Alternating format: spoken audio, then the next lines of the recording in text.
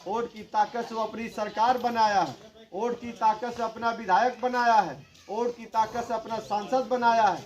और वही जब सरकार बन जाता है तो वही वोट की ताकत से बनी हुई और चुनी हुई सरकार चपरासी बनाती है, सिपाही बनाती है, दरोगा बनाती है, डॉक्टर मास्टर इंजीनियर बनाती है, आईएएस बनाती है, पीसीएस बनाती है, आईपीएस बनाती है, ठेका देती है, पट्टा देती है, गुंडा कंट्रोल करती है, माफिया कंट्रोल करती है, यहाँ तक कि वह सरकार बुलडोजर भी चलवा रही है।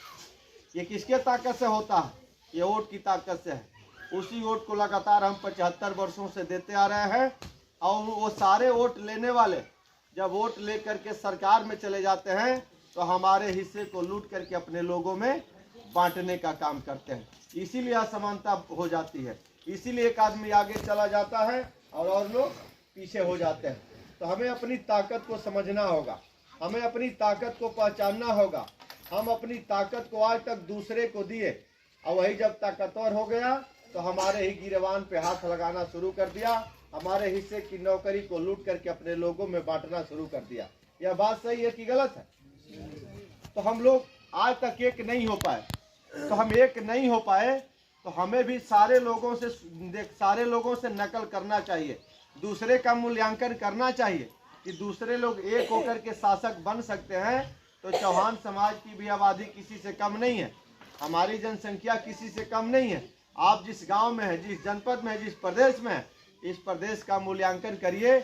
आप चंदौली से लेकर के किसी भी जनपद का नाम लीजिए, सारे जगहों पे आपकी आबादी है, कहीं कम है तो कहीं ज़्यादा है।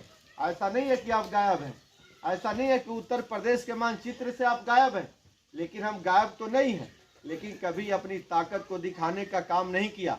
हम अपनी पूंजी को, अपने वोट को कभी कमल के फूल पे दे करके उसके अकाउंट को भरने का काम किया, कभी हाथी चुनाव चिन्ह पे दे करके उसके खाते को भरने का काम किया, कभी साइकिल पर दे करके उसको ताकत देने का काम किया, कभी कांग्रेस को दे करके कांग्रेस को ताकत देने का काम किया। आज तक हम लोग अपनी ताकत को एक साथ नहीं रख पाए, आज तक हम अपनी ताकत को एक साथ नहीं कर पाए, आज तक हम अपनी ताकत को किसी के सामने दिखा नहीं पाए, इसलिए कि हम संगठित